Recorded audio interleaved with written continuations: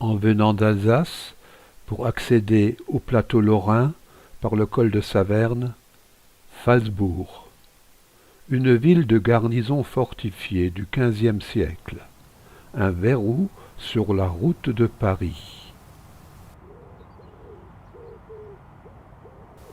La porte allemande vers l'est,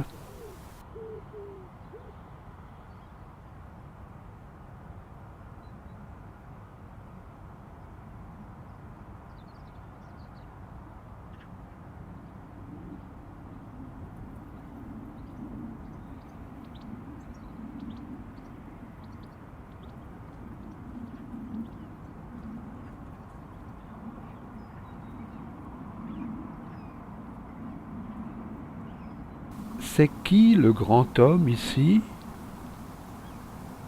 Le général Mouton, né à Phalsbourg, fils du boulanger, devenu officier comme volontaire dans l'armée de la République. Général avec Napoléon Ier, il sera maréchal de France et pair de France sous la monarchie restaurée.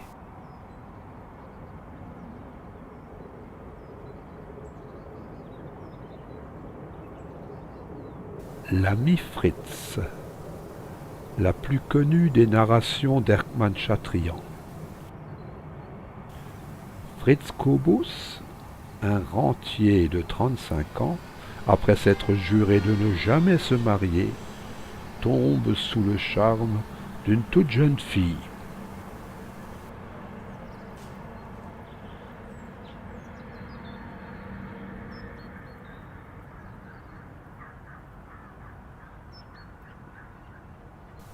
Le monument Erckmann-Chatrian.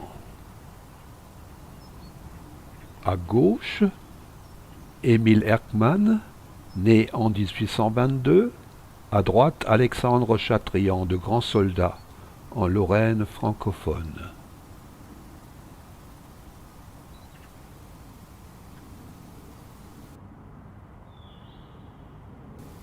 Levée en masse populaire pour la défense de la patrie et de la République. La cantinière Madame Thérèse mène l'assaut. Drapeau tricolore au vent.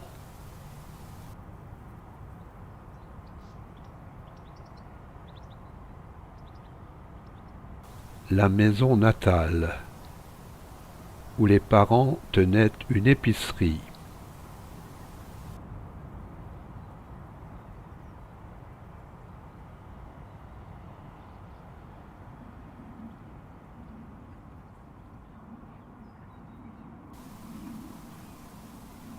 Le lycée, à l'époque appelé collège.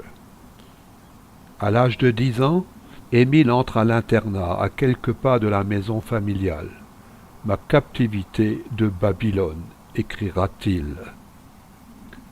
La rue Émile Erckmann, sans le monument érigé en 1922. L'enseignement reçu ne passionne pas particulièrement Erckmann. De la grammaire et encore de la grammaire, des règles et des règles, le tout sans explication, des mots et encore des mots. Bref, on nous avait rendus stupides. Il y aura tout de même un bon maître, qui jouera un rôle important. Émile était étudiant en droit à Paris quand Alexandre Chatrian est entré au collège, d'abord comme élève puis comme surveillant. Monsieur Perrault les connaissait tous les deux, car il s'était renseigné auprès de lui en matière d'écriture. Il leur aurait conseillé de collaborer. Les principaux romans ont paru dans les années 60. Nous sommes dans la seconde moitié du XIXe siècle, très marquée par l'antisémitisme. En 1922, pour le centenaire de la naissance d'Erckmann, un seul article sur 116 évoque sa profonde amitié envers les Juifs et les Bohémiens. Il était très lié au rabbin de Phalsbourg.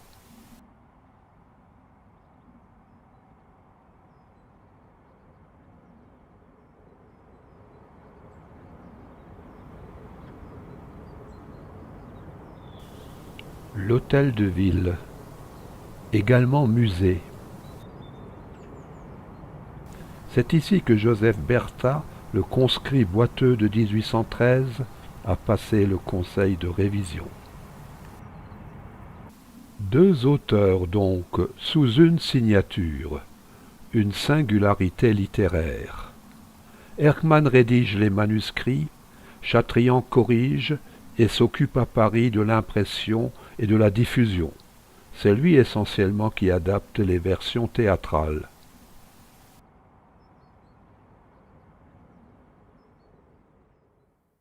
Le conscrit de 1813, Joseph Bertha, blessé à la bataille de Lutzen, est évacué sur une charrette. C'est en traversant Caya que je vis toutes les horreurs de la guerre. Le village ne formait plus qu'un monceau de décombres. Les toits étaient tombés. Les pignons, de loin en loin, restaient seuls debout. Il n'y avait pas jusqu'aux pauvres animaux qui n'eussent un air d'abandon au milieu de ces ruines. Et ces grandes fosses d'une demi-lieue, où tous les gens du pays travaillent à la hâte pour empêcher la peste d'achever la destruction du genre humain. Je les ai vus aussi du haut de la colline de Caya. Et j'en ai détourné les yeux avec horreur. Oui, j'ai vu ces immenses tranchées dans lesquelles on enterre les morts. Russes, Français, Prussiens, tous pêle-mêle.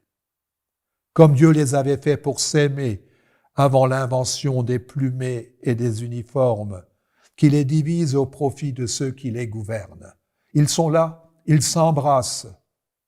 Et si quelque chose revit en eux, ce qu'il faut bien espérer, ils s'aiment et se pardonnent, en maudissant le crime qui, depuis tant de siècles, les empêche d'être frères avant la mort. Mais ce qu'il y avait encore de plus triste, c'était la longue file de voitures emmenant les pauvres blessés. Ces malheureux dont on ne parle dans les bulletins que pour en diminuer le nombre, et qui périssent dans les hôpitaux comme des mouches, loin de ceux qu'ils aiment, pendant qu'on tire le canon et qu'on chante dans les églises pour se réjouir d'avoir tué des milliers d'hommes. Les casernes, comme à l'époque. Le jeune Émile était souvent confié à la garde d'autres personnes. Parmi elles, des vétérans comme les capitaines Florentin et Vidal. De leurs récits et de leurs carnets de route, le futur auteur puisera la matière de ses principaux romans. Vivre comme le bon Dieu en France, dit l'adage populaire outre-Rhin. On pourrait ajouter comme en Alsace. C'est là que le folklore et le côté gastronomique du récit L'Ami Fritz a été exploité de manière un peu exclusive. Ce qui fait que les Lorrains, Erckmann et Chatrian soient considérés, à tort, comme alsaciens.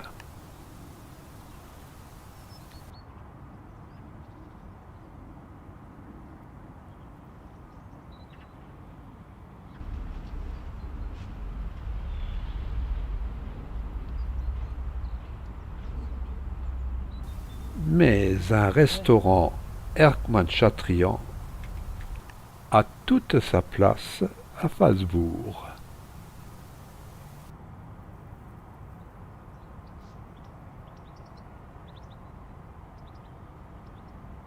À quoi reconnaît-on la véritable amitié?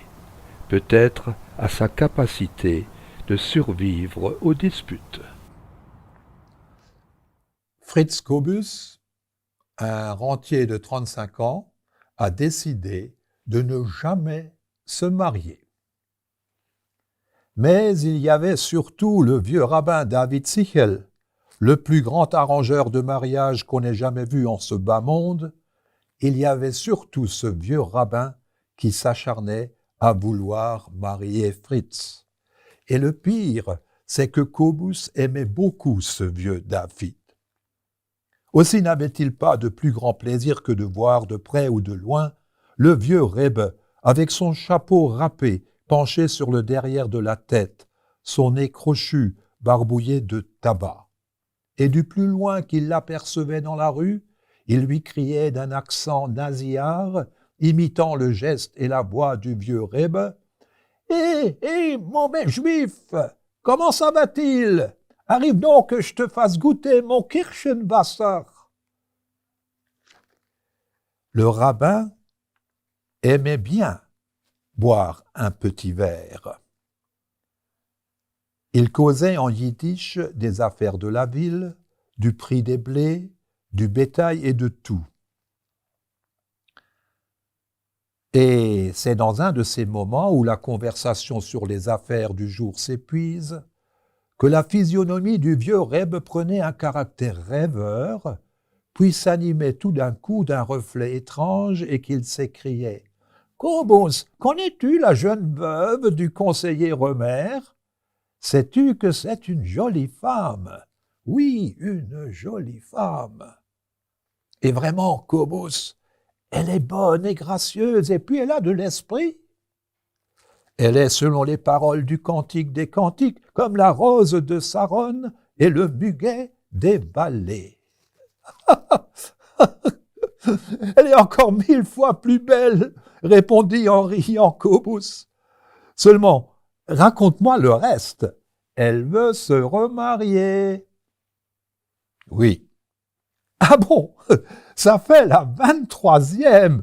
La 23e que tu refuses de ma main, Kobus. C'est vrai, David, avec chagrin, avec grand chagrin. Je voudrais me marier pour te faire plaisir, mais tu sais... Alors le vieux Rebbe se fâchait. Plus le vieux rabbin se fâchait, plus Fritz riait. Allons, mauvais juif, assieds-toi, vidons encore un petit verre de ce vieux Kirsch. Que ce Kirschenwasser me soit du poison, disait le vieux Rebbe fort dépité, si je reviens encore une fois chez toi. Et la tête raide, il descendait l'escalier en criant. C'est la dernière fois, Kobus, la dernière fois. Et le lendemain, ou le surlendemain, David revenait à l'appel de Kobus. Il se rasseyait à la même table, et de ce qui s'était passé la veille, il n'en était plus question.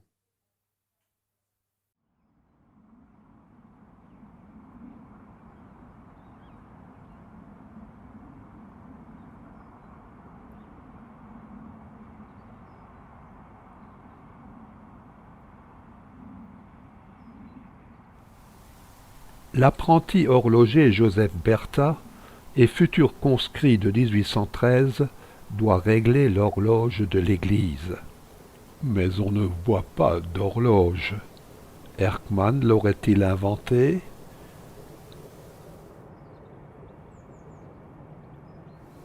D'ici, Joseph, qui a le vertige, peut apercevoir la maison de sa bien-aimée. Là-bas, le long de la route, le village de Quatre-Vents. Phalsbourg, en Lorraine germanophone, plutôt conservatrice. Phalsbourg, parfois une bourg. Cette petite ville est à la source d'une œuvre littéraire nettement progressiste.